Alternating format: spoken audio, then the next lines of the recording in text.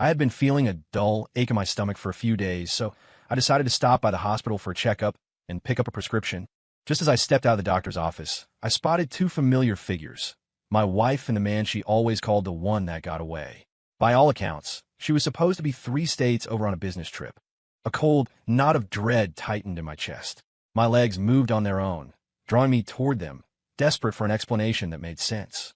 They were coming out of the surgical wing.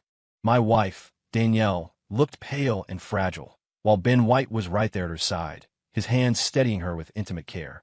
The words that drifted from their lips hit me like a physical blow.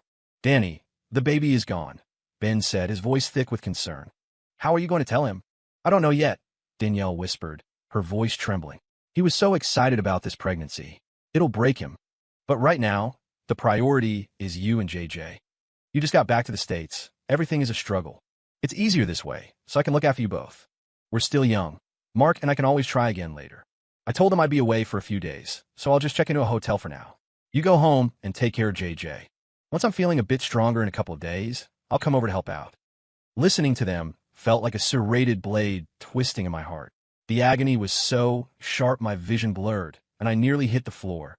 As I watched their retreating backs, their voices fading into the hospital hum, I couldn't help but ask myself, what has the last 5 years of my life been for? I don't even remember the drive home. I just found myself collapsing onto the sofa, my body feeling hollowed out, as if I didn't even have the strength to lift my hand. The shrill ring of my phone finally jolted me back to reality. I forced myself to reach into my pocket, swiping the screen without even checking the caller ID. It was Danielle. "Hey, babe," she said, her tone sweet and domestic. "Did you remember to eat breakfast? I know I'm not there to nag you, but don't skip meals just because you're sleeping in. Your stomach has been acting up lately, and the doctor said skipping breakfast is the worst thing for it." Listening to her chatter, I realized that under normal circumstances, I would have been incredibly moved. I would have wanted to fly to her side, just to hold her. Now, her voice only made me feel nauseous. Every word of affection felt like a carefully crafted performance.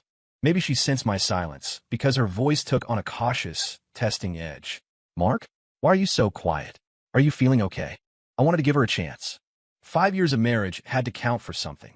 My stomach was acting up again. I went to the clinic this morning. As I was leaving, I saw 2 people who looked exactly like you and Ben. If you hadn't told me you were out of town, I would have sworn it was you. There was a loud thud on the other end, like a phone hitting the floor. Then came a scramble of noise, followed by a long, heavy silence. I couldn't tell if she was searching for a lie or trying to suppress her panic. A long moment passed before she spoke again. "Hello, Mark? Can you hear me? Sorry, I dropped my phone and the signal went weird for a second." "I can hear you perfectly," I said. "Go on. Your stomach is acting up again? You actually went to the hospital? Is it that bad? If it weren't for this project at the office, I'd fly back right now. Look, why don't you take a few days off? I'll pull some overtime here and try to get back as soon as I can." She was an executive at a top-tier firm for a reason. She knew exactly how to use a barrage of affection to bury a problem. It wasn't going to be that easy this time. "Danielle," I raised my voice suddenly, and I could practically hear her flinch through the line. "Tell me the truth. Is there something you're hiding from me?" "No. No, of course not, honey," she stammered, her voice thick with fake tears. "I'm really on this trip. I can FaceTime you from the hotel room if you want. Mark, you're the person I love most in the world. Why would I lie to you?" I let out a harsh, dry laugh. "I'm just messing with you. I figured Ben must have a twin or something. They really did look like you, though. Don't overthink it. Just get back to work. I'm not feeling great, so I'm going to hang up." I had given her the opportunity. I desperately wanted to hear her explain it, to come clean. I loved her so much, and she had always been so good to me. I wanted to believe there was a reason, but she chose the lie. I didn't want a woman who had checked out of our marriage. This house was mine. I'd paid the down payment, even if she helped with the mortgage later. Her salary was higher than mine, and she'd insisted on covering the daily expenses since we married. I'd wanted to contribute more or pool our accounts, but she'd refused, saying we should save one person's income while spending the others to build a nest egg. Since I was leaving, I'd just take my own accounts and go. She could have the house and everything in it. It seemed like a fair trade for my freedom. I started packing immediately, sticking to just my clothes and personal items. It didn't amount to much, just 2 suitcases. I planned to move out the next morning. To my surprise, Danielle returned early the next day. She burst through the front door, calling my name frantically, searching room by room. I was in the middle of brushing my teeth when the bathroom door flew open. The moment she saw me, The visible tension in her eyes evaporated. She looked like she had just survived a disaster. She lunged forward, throwing her arms around me, as if we'd been separated for years. Mark, I was calling for you. Why didn't you answer? You scare me to death. I thought you'd left me. I stayed motionless, eventually pulling away to rinse my mouth. I wiped my face and looked at her coldly. Why would you think I'd leave? Unless you've done something to deserve it. Perhaps sensing my uncharacteristic coldness, she let go, her eyes welling with hurt. Mark, I heard your stomach was bad, so I worked through the night to finish my meetings and rushed back. Instead of being happy to see me, you're acting like this. She did look exhausted, and I could see the lingering weakness from her surgery. It was clear she cared, but I felt no warmth. In fact, I felt a wave of revulsion. She was smart. Whenever she faced a question she couldn't answer, she redirected the conversation to my emotions. But I was done. I took her hand, led her to the living room, and sat her down. I looked her in the eye. Danielle, tell me what's going on. I don't want secrets between us. Between my direct gaze and the phone call from the night before, she must have realized I knew something. Her eyes turned red, and the tears started to fall. I felt nothing. I just stared at her, demanding an answer with my silence. Finally, in a voice barely above a whisper, she said, Mark, I messed up. I lied to you. I was on a business trip. It's all my fault. I overexerted myself at work, and there were complications with the pregnancy.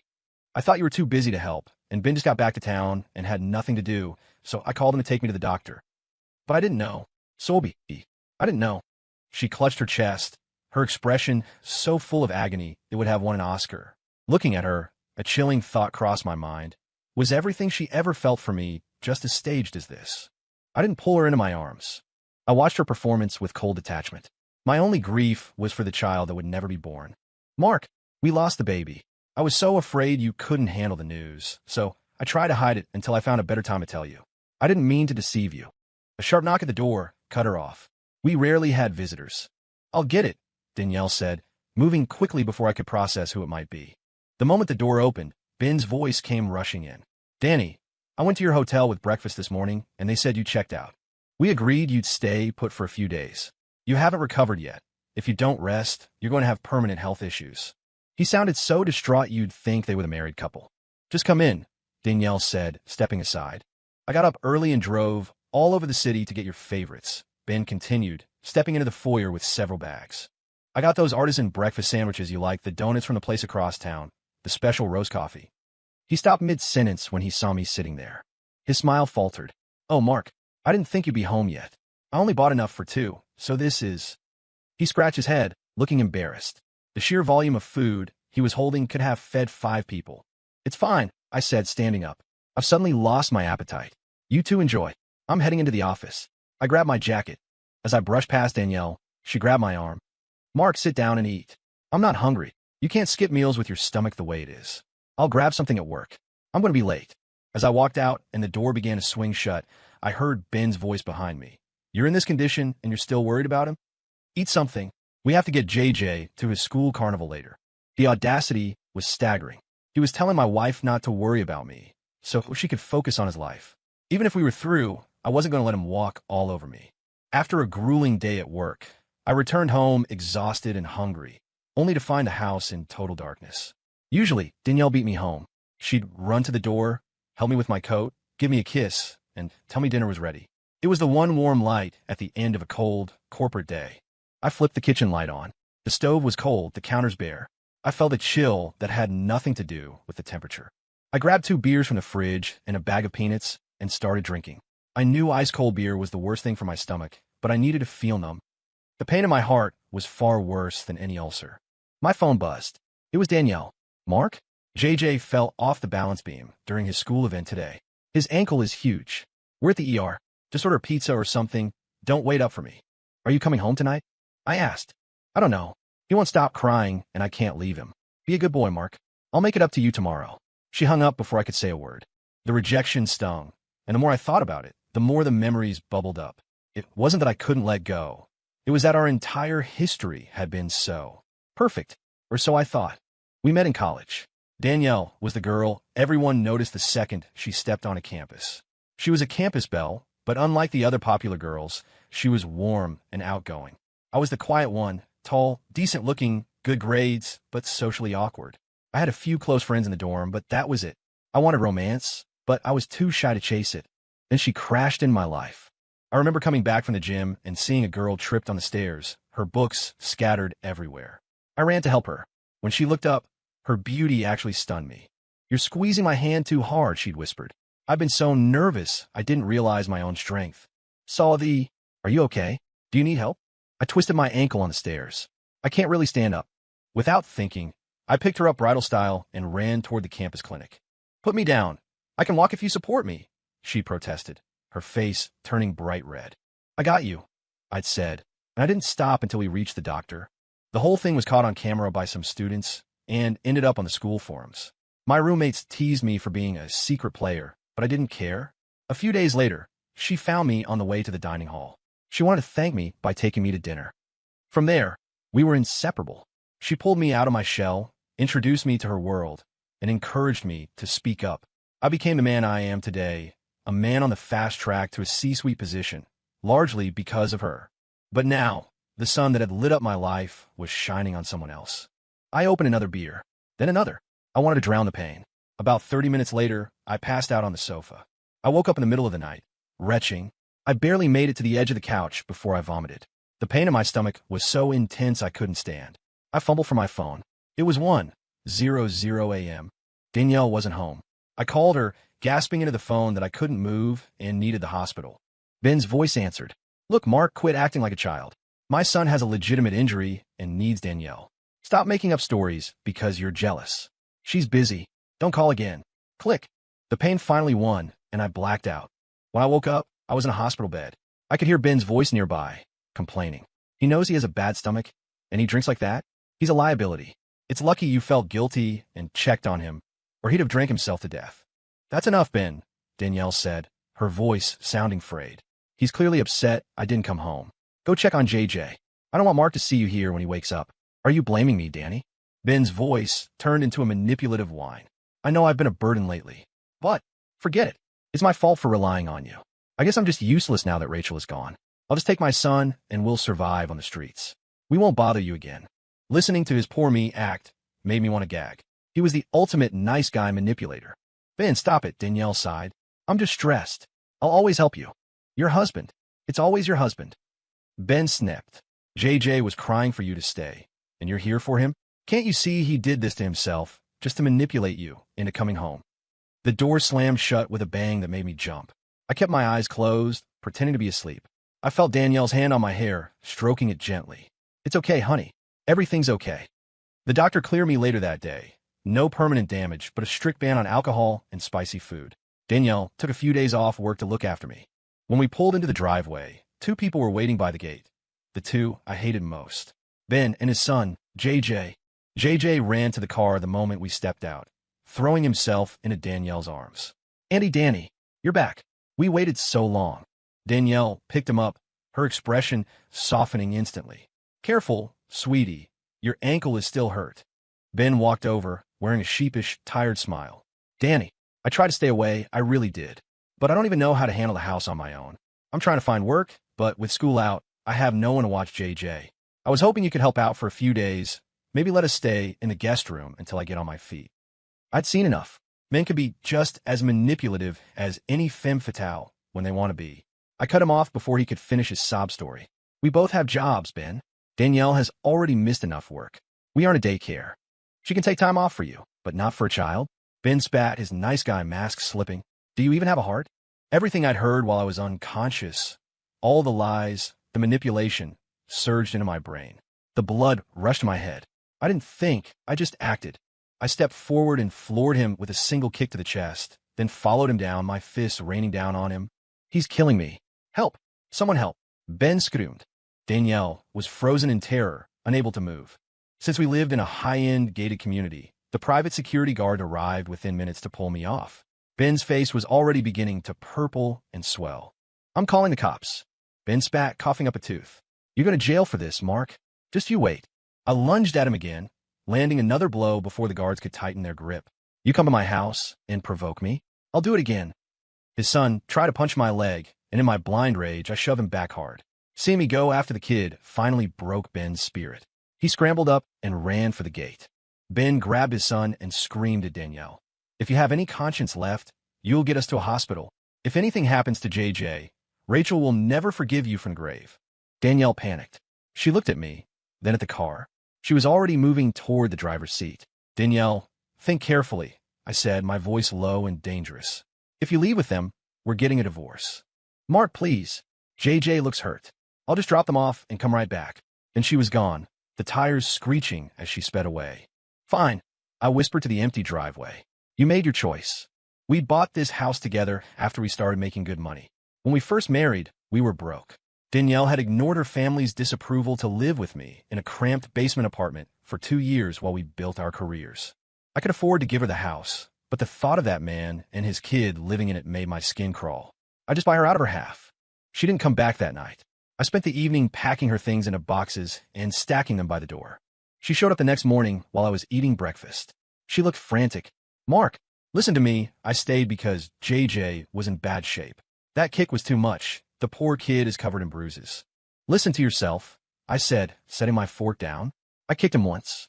He's covered in bruises? What am I, a martial arts master? If you want to find an excuse for staying out all night, try a better one. Your stuff is by the door. Go stay with your parents. I'll call you when the divorce papers are ready." She suddenly collapsed, sobbing, and grabbed my legs. "Mark, please. I'm not cheating on you. You know Rachel was my best friend. She paid for my tuition when I had nothing. Her last phone call before she jumped was asking me to look after her son. I knew the story. They were roommates.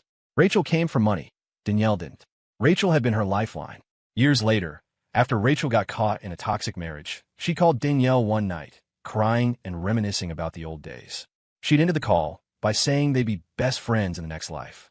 We'd spent that whole night driving around the city looking for her. We found out the next day she was gone. Since then, Danielle had treated JJ like her own. She'd even delayed our own plans for a family because of him. "Then tell me the truth about our baby," I said. "This is your last chance. Tell me exactly what happened." She looked pained. "It was an accident. I fell at work, and it caused a miscarriage."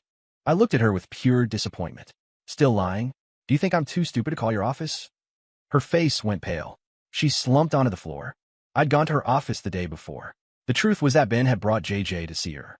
While Danielle was about to sit down, JJ had pulled the chair out from under her as a prank. She'd fallen hard, and that was the end of the pregnancy. The kid had cried, saying he didn't mean it, and Danielle, to comfort him, told him it was okay. She told him the pregnancy was an accident. Anyway, and that now she could spend more time with him. She was willing to sacrifice our child's memory to protect the feelings of the kid who caused the loss. I told her everything I knew.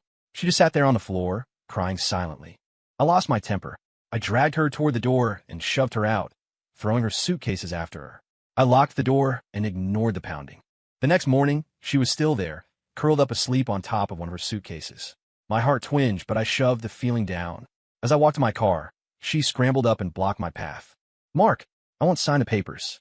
I haven't betrayed you. Think about everything we've been through. Please, just one more chance." "How many chances have I given you? I didn't call you out at the hospital. I asked you about the baby, and you lied. I told you I'd leave if you chose them, and you walked away. How am I supposed to trust you? I'll never lie again. If I do, I'll sign whatever you want, I swear."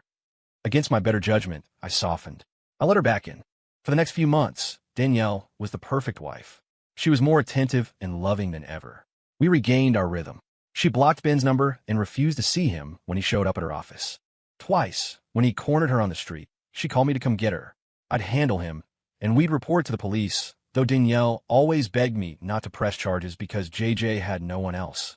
Then, Danielle mentioned a month-long international assignment. She even let me listen in on a call with her boss to prove it was real. Every night, we FaceTimed. There was no time difference, so it was easy. On her last day, she texted me that she was coming home with gifts. I decided to surprise her. I took the day off and went to the airport an hour early. I had a dinner reservation at our favorite spot. I stood by the arrival's gate, heart racing, waiting to see her face so I could jump out and surprise her. But I was the one who got surprised. At the back of the crowd, Danielle emerged. She was carrying JJ. Behind her, Ben was lugging 3 heavy suitcases.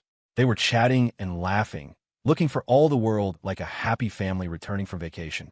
The bitterness in my mouth was overwhelming. I pulled out my phone and dialed her number. I saw her put JJ down. The kid looked exhausted and sat on the floor. Danielle made a shush gesture to Ben, stepped away, and answered. "Hey, babe. Perfect timing. I cough. I just stepped off the plane. You went on this trip alone, right? I asked. Of course. I'm heading to the taxi stand now. I'll make you that seafood dinner you love tonight. I didn't say anything. Mark? You there? Her voice turned small and anxious. Danielle, look to your left. I watched her freeze. She slowly turned her head. When our eyes met, the color drained from her face. Her phone slipped from her hand and clattered onto the linoleum. I gave her one last look of utter disgust and walked away. Mark, wait, it's not what it looks like. I didn't stop, though I found myself slowing down instinctively. Then I heard JJ's raspy voice behind me. Annie Danny, are you leaving me? You promised you'd take care of me forever. I laughed at myself. I actually wanted to stop and hear her excuse. Get a grip, Mark, I thought. It's over. I walked out of the airport, leaving the drama behind. I went to a small, hole-in-the-wall diner we used to go to when we were broke. The food was good, and the atmosphere was honest. I sat in a back booth and started drinking. Hours later, the door to the booth opened. Hey, can I get another round? I called out, assuming it was the owner. No one answered. I looked up. Danielle was standing there, looking like a ghost. Her eyes were swollen from crying. I ignored her and reached for my glass. She snatched it away. Mark, stop. Your stomach can't take this. I was wrong, okay? Punish me, but don't kill yourself. Wrong? You weren't wrong. I sneered. I'm the one who kept believing you. I'm the one who kept falling for it. I'm the idiot. I reached for another beer. She tried to grab it, but I gave her a look that stopped her cold. She watched me drain the can in one go. She dropped to her knees. Mark, please. I'll sign the papers. I'll give you the divorce. Just stop drinking. A few days later, we stood outside the attorney's office with our signed settlement. As we walked toward the parking lot, she caught my sleeve. Mark, can I just tell you why? Please. I waited. She told me the whole story. A few weeks before her trip, Ben had intercepted her after work. Before she could scream for help, he'd handed her a medical report. It was for JJ. The report said the boy had terminal stomach cancer. He didn't have much time left. Danielle felt she couldn't turn her back on a dying child who had no mother. JJ's last wish was for Danielle to be his mother for a while. So, she'd manufactured the international trip, using her own savings to take them on a month-long vacation to give the boy some final happy memories. She'd spent every night looking after him while he was weak. Listening to her, I felt a flicker of doubt. I knew a bit about stomach issues because of my own history. A child under 10 getting terminal stomach cancer? That was rarer than winning the Powerball. I thought back to the bruises Ben had mentioned, and how JJ always seemed to have little injuries that Ben blamed on rowdiness. And then there was the miscarriage caused by the chair prank. I suspected Ben was abusing the kid to manipulate Danielle's guilt. I told Danielle my theory. She shook her head in disbelief. No one could be that evil. Not to their own son. I'm just telling you what I think, I said. What you do with that information isn't my business anymore. A week later, Danielle showed up at my new place. JJ was with her, looking much healthier. She told me she'd investigated. I was right. JJ didn't have cancer. Ben had forged the reports. The bruises were from Ben beating the boy whenever he didn't follow the script to manipulate Danielle. It turned out Ben had been obsessed with Danielle since college. He'd only married Rachel for her money, and once he had control of her assets, his true colors came out. His abuse was what drove Rachel to take her own life. He thought that by using JJ, he could break us up and get Danielle to take over where Rachel left off, providing for him and his son. Danielle had gone to the school and talked to JJ privately. Once the boy realized he wouldn't be beaten if he told the truth, he spilled everything. The police arrested Ben. Between the child abuse, the forged documents, and the evidence regarding Rachel's death, he was sentenced to life without parole. Danielle bought a house in the same neighborhood as mine. She's adopting JJ now. She knows I can't take her back. The bridge is burned, but she says she's content just seeing me occasionally. She drops off extra food she's cooked, sending JJ over with it. We spend the occasional holiday together as friends. She promised me that if I ever find someone new, she'll step back completely and stay out of my life. I know that day will come eventually. I'll find the happiness I thought I had with her. Until then, we're just two people living in the aftermath of a storm. Story complete.